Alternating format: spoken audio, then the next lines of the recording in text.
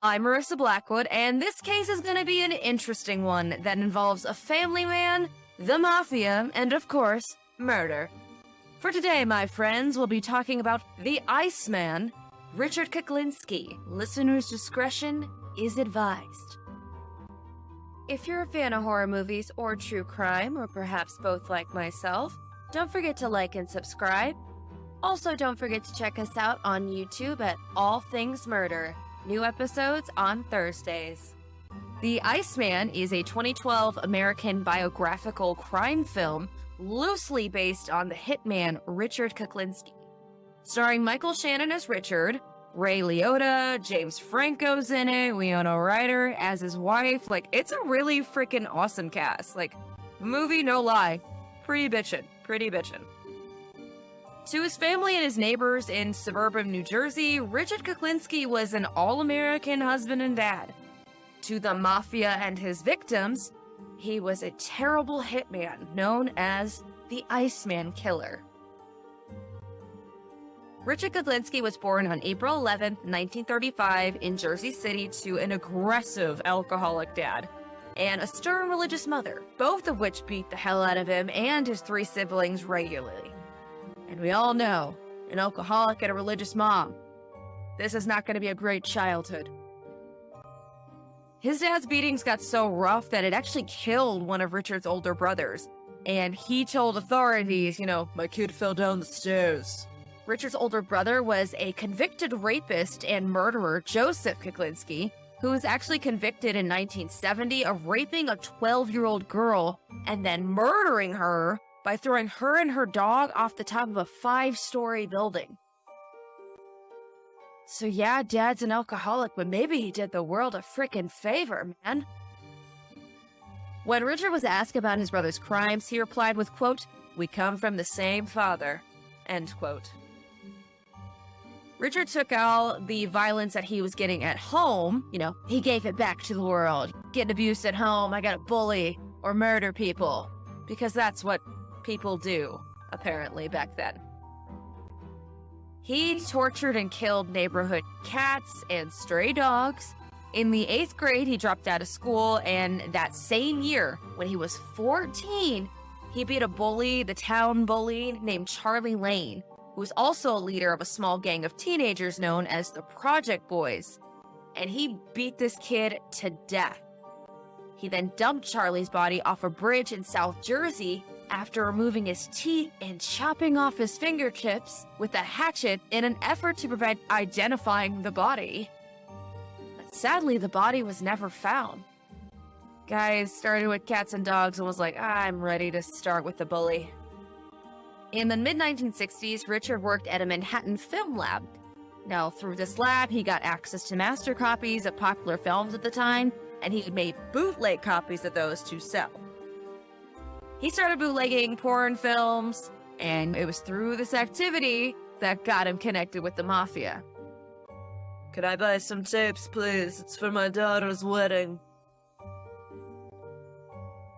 He became an all-purpose criminal. He started trafficking illegal porn, staging robberies, and, beating anyone the mob felt need a warning to. Hey, Richard, go talk to Giovanni. Hey, think he's forgetting who the hell's in charge. Since his knack for handling, sticky situations, and his ability to consistently, pull in cash for the family, for the DeMio crew, he earned their respect. Now, if you earn a Mafia's respect, oh God, you have the greatest alliance. In time, it got him the attention of other Mafia families, such as the Gambino crime family, of which DeMio was, of course, a member. Richard wasn't a professional killer at this time, just a recreational one, just on the weekends. But that was all going to change.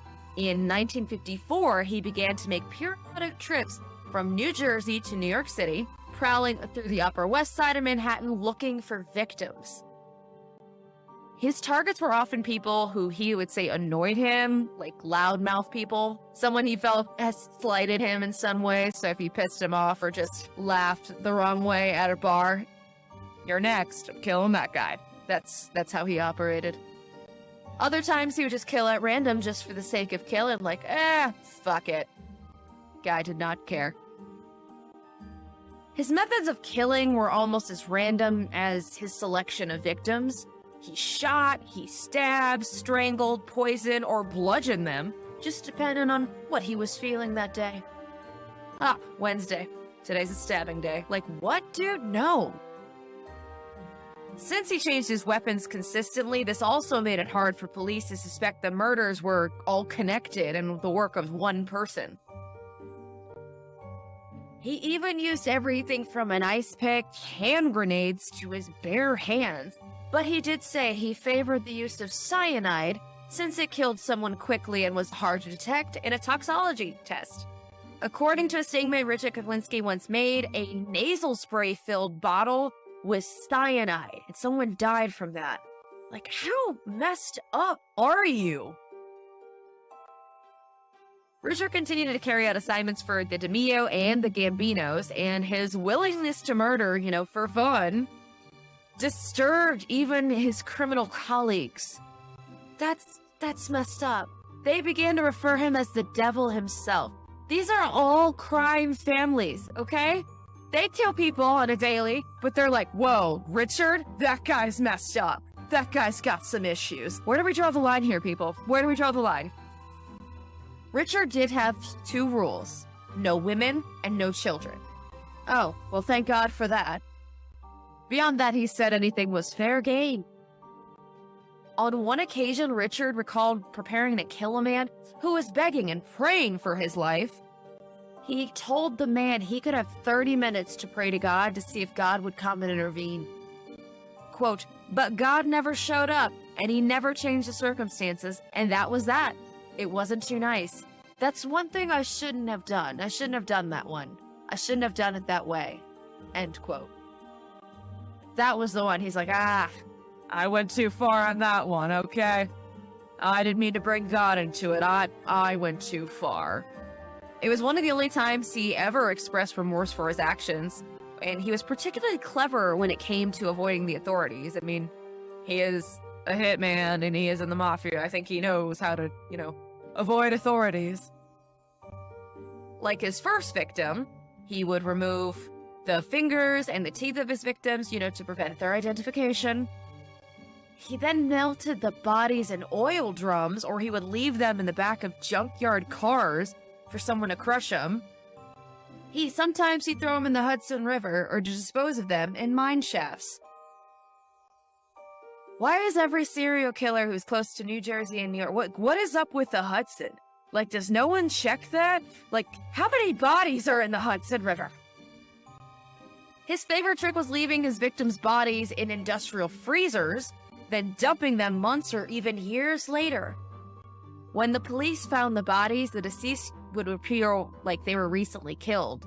So if he held them at months at a time or years at a time, they look fresh to them. And Richard was never a suspect. This technique gave Richard his nickname, the Iceman. At the time, the police thought it was homeless people attacking and killing each other. They did not suspect that there was just one ruthless killer coming from New Jersey to murder at random. Tuesday night, time to murder. Like, what is going on here, people? Even Richard's family never suspected what was going on. Oh no. In 1961, he married his wife, Barbara. She did not know, by the time that they met, this man, who was dubbed the Iceman Killer, had already allegedly committed about 65 murders. Yeah, I don't think anyone would bring that up on a first date, Barbara. Hi, my name's Richard. Hitman. 65 today, just saying. No one's gonna bring that up, Barbara. No one. The pair had 3 kids together, and to their suburban New Jersey neighbors, they were the ideal all-American family. Their kids attended private schools, and the family hosted barbecues in their backyard by their pool. They took trips to Disneyland over the holidays. Like, this family was, like, banking it. Like, look at us. Richard was even an usher every Sunday at Mass. He's like, I murder. I talk to God later. Like, he was just pulling off the all-American family Fred, for sure. When the police finally did catch up with his ass, Barbara had no clue what her husband had done to break the law. Poor woman. She did know, however, that he had a temper. She said, yeah, he did have his bad days. When he was out of sorts, he was actually abusive to him, beating Barbara so bad one time he broke her nose. He would always leave bruises. He was an abusive man when he had a bad day. For 25 years, Richard Kuklinski kept up with the family man facade by thoroughly compartmentalizing his life. He didn't tell his criminal colleagues who he worked with anything about his personal life, his family, or where he lives. He never socialized outside of work. I mean, that part was smart, but I guess he stayed away from drugs, prostitutes. He never even bought what the mob was selling. He was an employee, not a client. He's like, nah, I'm just here to kill people, and they're paying me to do it. I don't want any of that other perks of the job. The undoing of the Iceman. After 25 years of working as a hitman for the Mafia, Richard was like, I need to go solo. It's my Elton John moment. And he started his own crime ring in the 1980s. But this is where he started getting sloppy and was making mistakes. Like a dumbass. His undoing was a guy named Phil Salamine, a local Mafia guy, just like him, and was the closest thing Richard had to a friend. Yes, his friend sold him out. Smart Mafia man. Phil helped the ATF, which is the Bureau of Alcohol, Tobacco, and Firearms, in a sting operation and presented ATF agent Dominic Polifrone to Richard as a prospective client. Like, hey bro, guy in the Mafia world, it's pretty bad, you should probably check him out. Dominic Polifrone went undercover for 18 months to catch Richard. Dominic came to Richard with the job, then recorded Richard's promise to murder somebody in exchange for money.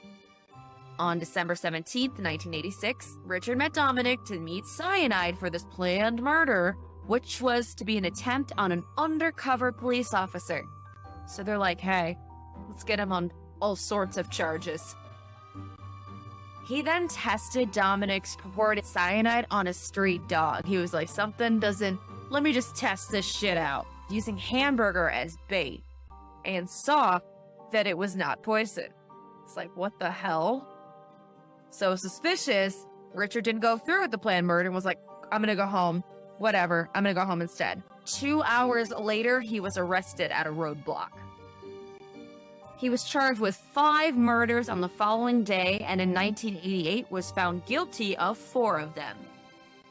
He was later convinced of 2 more and given consecutive life sentences.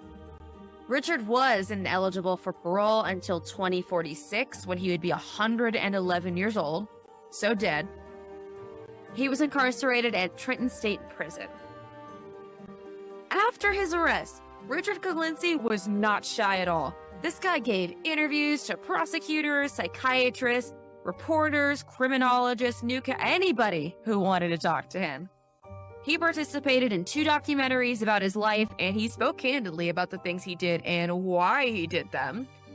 He claimed to have killed the notoriously corrupt Jimmy Hoffa, for which he said he was paid $40,000. However, during the earlier HBO interview, he denied any knowledge of Hoffa's fate. So you're just going to go back on your word, sir? I thought you were so proud to have been involved. Now you're just going to go back? Interesting.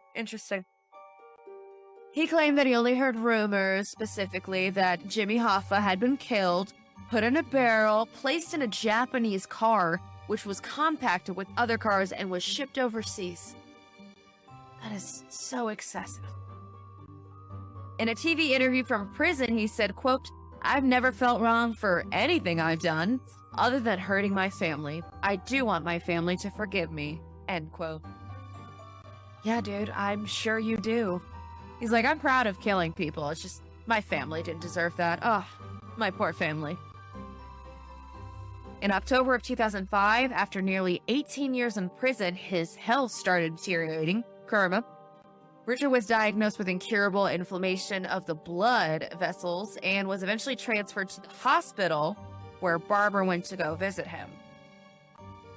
In and out of consciousness, he had, in a moment of clarity, he asked the doctors to revive him if he should flatline. But on her way out, Barbara was like, She signed a do not resuscitate form. Yeah, she was like, no, in case some shit goes down, let him die. A week before he died, they called to see if she wanted to change her mind. Hey, do you want to resuscitate him? We can do it. She said no.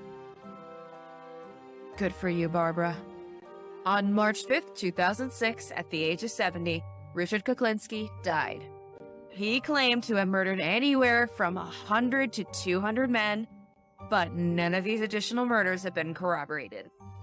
But was the Iceman killer an attention-seeking liar or one of the worst mass murderers in history? I'm gonna say my opinion, as I do here. I think that guy was full of shit. I so think that guy was full of shit. He kept claiming things, and he would, add details and such, and then he would, retract and be like, oh, I don't remember saying that. I just think that guy was full of shit. And that, my friends, is the story of the Iceman killer, Richard Kuklinski. Rest in peace to all of his victims. Thank you all so much for joining me. I hope you all have a wonderful New Year's Eve. Hopefully 2023 will be good to us. Don't forget to tune in next week for a new All Things Murder, if you dare.